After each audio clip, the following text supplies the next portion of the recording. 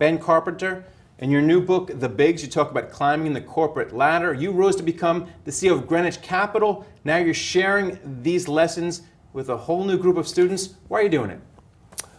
Well, I wrote the book because my daughter, my eldest daughter, graduated from college. And when she got her first job offer after a year-long search, she wanted to ask the executive producer of the network TV show she was going to work at to start a week later than she had been asked to start.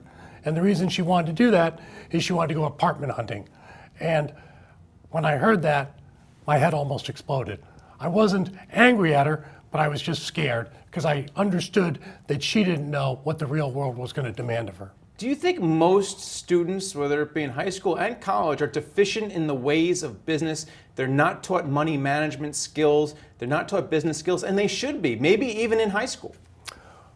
Well, I think they are, for sure, but I'm not one of these people that think there's a generational problem.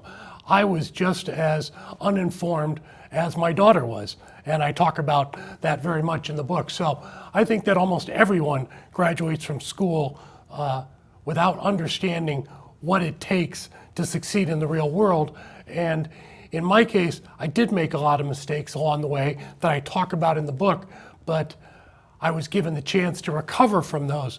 I think the reason why the book is so important now is that the world has become more competitive, significantly more competitive. If you make as many mistakes as I did, you might not have a chance to recover. If you boil it all down, what would be the number one thing that people need to know heading into a corporate job, and especially on Wall Street, because it seems like there's a whole lot of scrutiny now on Wall Street? I think that the single most important thing is that your career will be decided based on how everybody at the firm feels about you. Most people, when they start a job, think they only have to make their boss happy. But that's not the way it goes. Your boss's opinion of you is going to be formed by how everyone else at the firm feels about you. And that goes from the security guard right up to the most senior person. And I think that's what people often don't understand.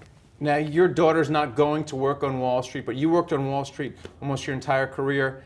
Is Wall Street a good place to work? If, nowadays you hear a lot of people railing against Wall Street. Still a good place to work?